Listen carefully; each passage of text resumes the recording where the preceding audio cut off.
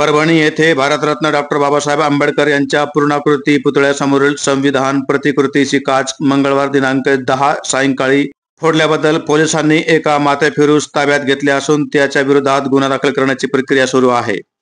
या प्रकरणात कोणीही अफवा पसरू नये, कायदा व सुव्यवस्था हातात घेऊ नये असे आवाहन जिल्हाधिकारी रघुनाथ गावडे यांनी एका व्हिडिओद्वारे सोशल मीडियाच्या माध्यमातून केले आहे।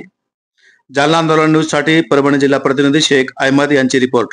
परभणी जिल्ह्यामध्ये जिल्हाधिकारी कार्यालयासमोरील भारतरत्न डॉक्टर बाबासाहेब आंबेडकर यांच्या पुतळ्याजवळील संविधानाच्या पुस्तकाची काच एका इसमाने फोडल्यामुळे थोडंसं वातावरण त्या ठिकाणी बिघडलेलं आहे। काही कार्यकर्ते त्या ठिकाणी जमा झालेले आहेत आणि त्या ठिकाणी रस्ता रोको देखील करण्यात आलेला आहे।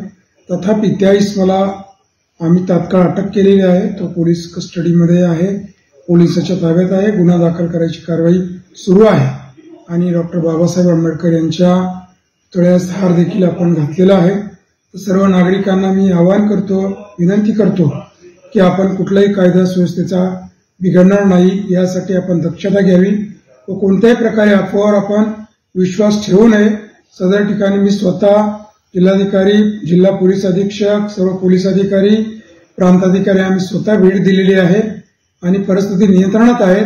मात्र अफवावर विश्वास ठेवून आपण कुठलेही गैरकृत्य करू नये, कुठल्याही समाजाच्या भावना दुखवणार नाही याची आपण दक्षता घ्यावी आणि शांततापूर्ण वातावरण कसं राहील याकडे सर्वांनी सहकार्य करावे। प्रशासनाने आपल्याला सहकार्य केलं आहे। आपल्याला उद्या 10 वाजता इथे यायचं आहे। उद्या 10 वाजता इथे येऊन आपण परभणी बंद करणार आहे। परभणी जिल्हा बंद राहणार आहे।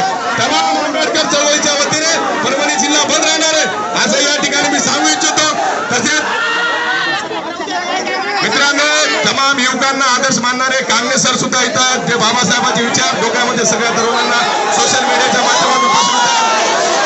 हे सुद्धा इथं काय म्हणत आहे का आपल्या समाजाचं नाव करण्यासाठी काही जातीवादी